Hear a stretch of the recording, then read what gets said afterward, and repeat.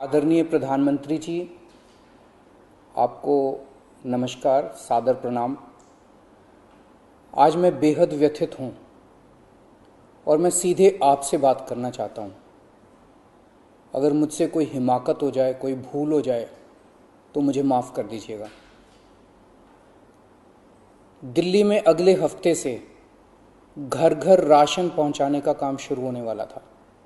मतलब अब एक गरीब आदमी को राशन की दुकान पे धक्के नहीं खाने पड़ते, बल्कि सरकार बढ़िया तरीके से अच्छे राशन पैक करके उसके घर भिजवाती।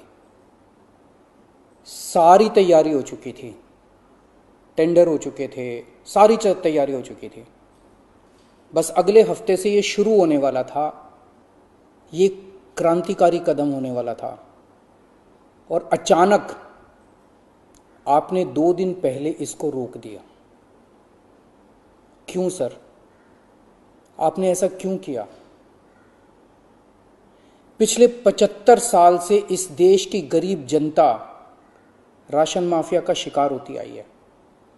पिछले 75 सालों से हर महीने फाइलों में जनता के नाम का राशन जारी होता है, पर उनको मिलता नहीं है। अधिकांश राशन चोरी हो जाता है। ये राशन माफिया बहुत ताकतवर है सर, बहुत ताकतवर। आज से 17 साल पहले मैंने इस माफिया के खिलाफ आवाज उठाई थी, इस माफिया को ललकारने की हिम्मत की थी। तब मैं दिल्ली की झुग्गियों में, एक एनजीओ में काम किया करता था। उन झुग्गियों में गरीबों को उनका राशन नहीं मिलता था, उनका राशन चोरी हो जाता था। तब हमने हिम्मत की गरीब लोगों को उनका राशन दिलवाने की। नतीजन हम पर 7 बार खतरनाक हमले हुए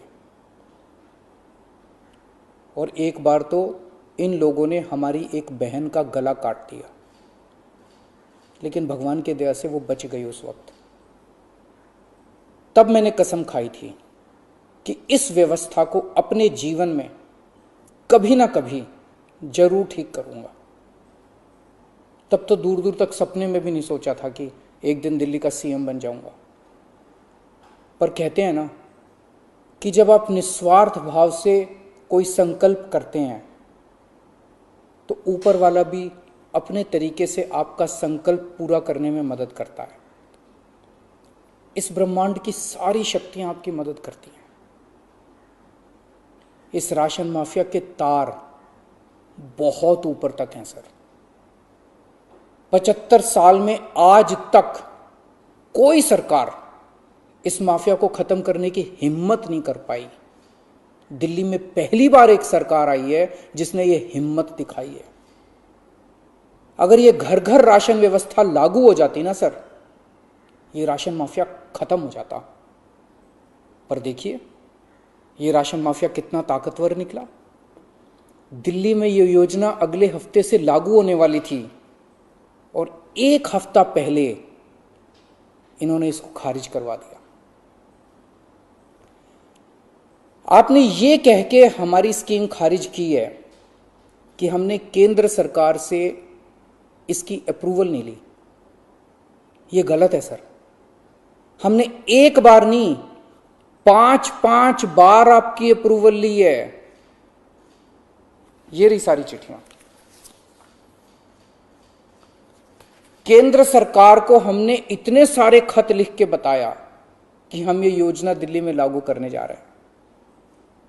कानूनन हमें दिल्ली में ये स्कीम लागू करने के लिए केंद्र सरकार की कोई अप्रूवल लेने की जरूरत नहीं है। कानूनन इस स्कीम को लागू करने के लिए राज्य सरकार पूरी तरह से सक्षम है। लेकिन हम केंद्र सरकार के साथ किसी तरह का कोई विवाद नहीं चाहते थे, इसलिए हमने एक बार नहीं 5 बार आपका अप्रूवल लिया है सर। मार्च के महीने में हमारी योजना पे आपकी सरकार ने कुछ आपत्तियां लगाई, हमने आपके सारे ऑब्जेक्शन पूरे कर दिए। जैसे हमने इस योजना का नाम मुख्यमंत्री घर घर राशन योजना रखा था। आपने ऑब्जेक्शन लगाया कि हम इस योजना का नाम मुख्यमंत्री के नाम से नहीं रख सकते। हमारा मकसद अपना नाम चमकाने का नहीं था, हमारा एक ही मकसद था किसी भी तरह से ये स्कीम लागू हो और गरीबों को उनका राशन मिलने लगे। हमने आपकी बात मान ली, हमने स्कीम से नाम ही हटा दिया, और भी आपने जितने ऑब्जेक्शंस किए हमने सारे मान लिए। इस सब के बावजूद भी आप कहते हो हमने आपकी अप्रूवल नहीं ली। और कैसे अप्रूवल लेते हैं सर? अब और कैसे अप्रूवल लें? इस सब के बाद भी आपने ये स्कीम खारिज कर दी, क्यों सर? लोग पूछ रहे हैं, अगर इस देश में पिज्जा की होम डिलीवरी हो सकती है, बर्गर की होम डिलीवरी हो सकती है, स्मार्टफोन और कपड़ों की भी होम डिलीवरी हो सकती है, तो फिर गरीबों के घरों में राशन की होम डिलीवरी क्यों नहीं होनी चाहिए? सारा देश जानना चाहता है आपने ये स्कीम खारिज क्यों की सर? आपने ये भी लिखा है कि चूंकि राशन दुकानदारों ने दिल्ली हाई कोर्ट में इस योजना के खिलाफ केस कर रखा है, इसलिए ये स्कीम खारिज की जा रही है। इस बात पे आप स्कीम कैसे खारिज कर सकते हैं? ये राशन दुकानदार इस योजना के खिलाफ हाई कोर्ट से स्टे लेने गए थे, हाई कोर्ट ने इन्हें स्टे देने से मना कर दिया। जब हाई कोर्ट ने इन्हें स्टे नहीं दिया तो आपने इस स्कीम पे स्टे कैसे लगा दिया? आपको इन राशन वालों से इतनी हमदर्दी क्यों है? अगर आप राशन माफिया के साथ खड़े होंगे सर, तो इस देश के गरीब लोगों के साथ कौन खड़ा होगा? दिल्ली के उन 70 लाख गरीब लोगों का क्या होगा जिनका हर महीने ये राशन माफिया राशन चोरी कर लेता है? उन 20 लाख गरीब परिवारों की कौन सुनेगा? और एक बात, उस हाईकोर्ट के केस में केंद्र सरकार भी पार्टी है। कोर्ट में केंद्र सरकार ने अपना जवाब दाखिल किया है। क्या कहा है कोर्ट में केंद्र सरकार ने? केंद्र सरकार ने कोर्ट में हमारी इस योजना के खिलाफ एक भी आपत्ति नहीं की है। जब कोर्ट में आपको हमारी योजना के खिलाफ कोई आपत्ति नहीं है, तो फिर कोर्ट के बाहर अब इस योजना को खारिज क्यों किया जा रहा है? ये कोरोना का बहुत कठिन समय है। मैं कई ऐसे लोगों को जानता हूं जो कोरोना होने के डर से राशन लेने नहीं जाते। राशन दुकान पे भीड़ लगती है, लोगों को लगता है कि अगर वो राशन लेने गए तो उन्हें कोरोना हो जाएगा। ये सब गरीब लोग हैं सर। इनमें कई लोग कोरोना काल में अपनी नौकरी खो चुके हैं, उनके घर में अब खाने को नहीं है। अगर हम उन्हें इनके घर तक राशन पहुंचाना चाहते थे तो इसमें आपको क्यों आपत्ति है? कहा जा रहा है कि तीसरी लहर बच्चों पे भारी पड़ेगी। अगर उनके माता पिता को राशन दुकान पे भीड़ की वजह से कोरोना हो गया तो उनके बच्चे भी तो फिर कोरोना ग्रसित हो जाएंगे। मुझे तो लगता है सर कि कोरोना काल में केवल दिल्ली ही नहीं बल्कि पूरे देश में घर घर राशन योजना तक या घर घर तक राशन पहुंचाने की इस योजना को लागू कर देना चाहिए। ये दुकानें सुपर स्प्रेडर हैं। राशन की दुकानों पे लगने वाली भीड़ से बचा जा सकेगा। कितने ऐसे बुजुर्ग हैं सर जो राशन की दुकान से राशन लेने नहीं जा सकते? कितनी ऐसी गर्भवती महिलाएं हैं जो राशन की दुकान से राशन नहीं ला सकती? अगर हम उनके घर राशन पहुंचाना चाहते हैं तो इसमें क्या समस्या है? केंद्र सरकार के कुछ ऑफिसर कह रहे हैं कि इस स्कीम के खारिज होने का असली कारण यह है क्योंकि ये केंद्र सरकार का राशन है। ये योजना लागू करके दिल्ली सरकार को इसका श्रेय क्यों मिलना चाहिए? सर यकीन मानिए, ये काम मैं रत्ती भर भी क्रेडिट के लिए नहीं कर रहा। मेरा सिर्फ एक ही मकसद है, किसी भी तरह गरीबों को उनका पूरा राशन मिले। आप प्लीज मुझे ये लागू कर लेने दीजिए। सारा क्रेडिट आपका, सारा श्रेय आपका। मैं खुद सारी दुनिया से कहूंगा खड़ा होके कि ये योजना मोदी जी ने लागू की है। और फिर ये राशन ना आपका है ना मेरा है।